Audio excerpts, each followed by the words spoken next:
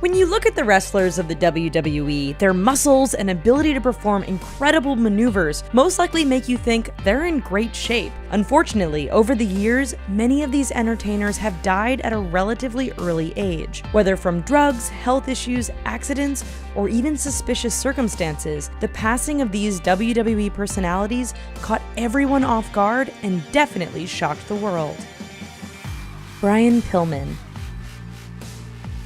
In October 1997, Brian Pillman was scheduled to face off against Dude Love, but he never showed up. Where was the man who had gained fame thanks to his feud with Stone Cold Steve Austin? When the WWE higher-ups called the hotel Pillman was staying at, they were informed that the maids had discovered his body.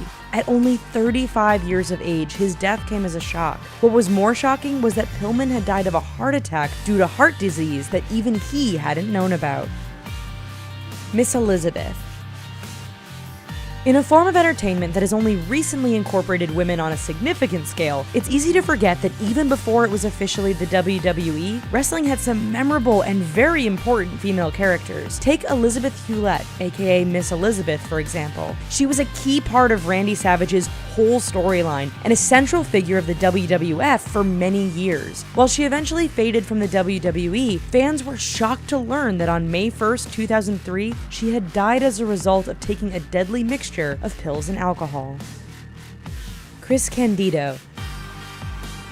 Also known as Skip, Chris Candido's time in the WWE was relatively short. Nonetheless, he had a devoted fan base who followed his wrestling team, the Body Donnas. After leaving, his career kind of fizzled, but received a new boost from TNA Wrestling in 2005. Unfortunately, just a few months into his new gig, he suffered a broken tibia and fibula. A few days later, he fell ill and his condition worsened. Diagnosed with pneumonia, the wrestling world was shocked to learn that he later died from what ended up being a blood clot. Eddie Guerrero. Definitely one of the greatest professional wrestlers of all time, Eddie Guerrero wrestled in Mexico and Japan before coming to the WWE in 2000. He became best known as a part of the Radicals and for Latino Heat. In November 2005, fans were stunned to learn that Guerrero had died. He was found unresponsive in his hotel room in Minneapolis after an apparent heart attack. Despite being in great physical shape, Guerrero had been unwell in the days leading up to his death. Speculation afterwards linked his death to steroid abuse.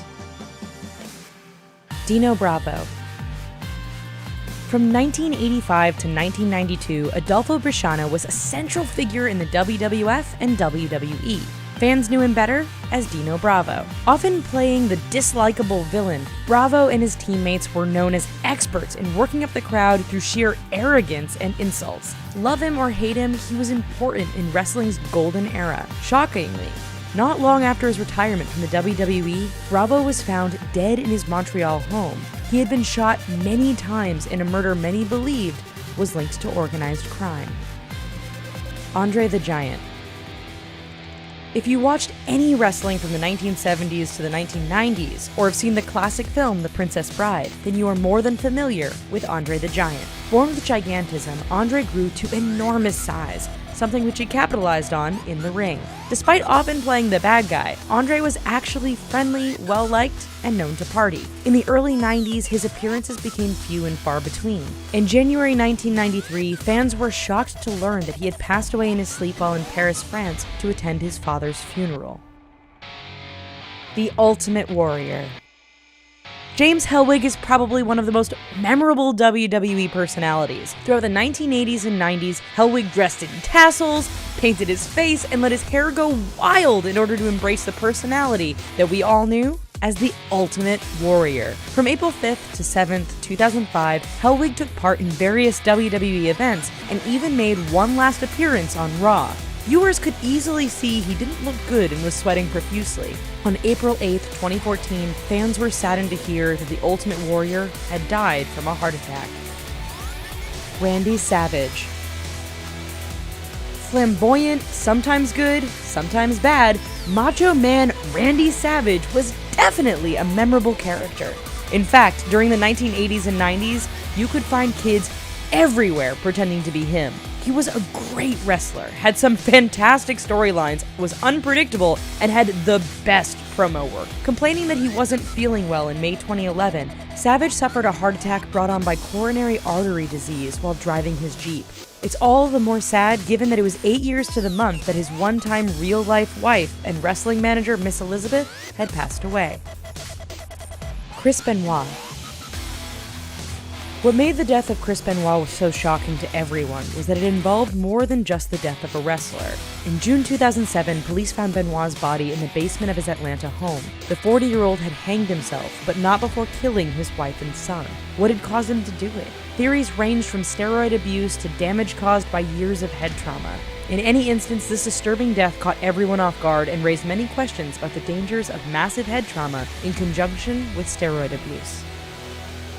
Owen Hart.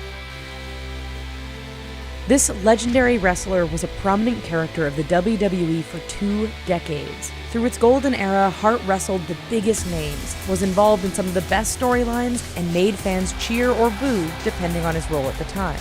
In May 1999, while being lowered into the ring on a grapple line, Hart fell nearly 80 feet in front of a stunned audience. Attempts to revive the 34-year-old proved futile.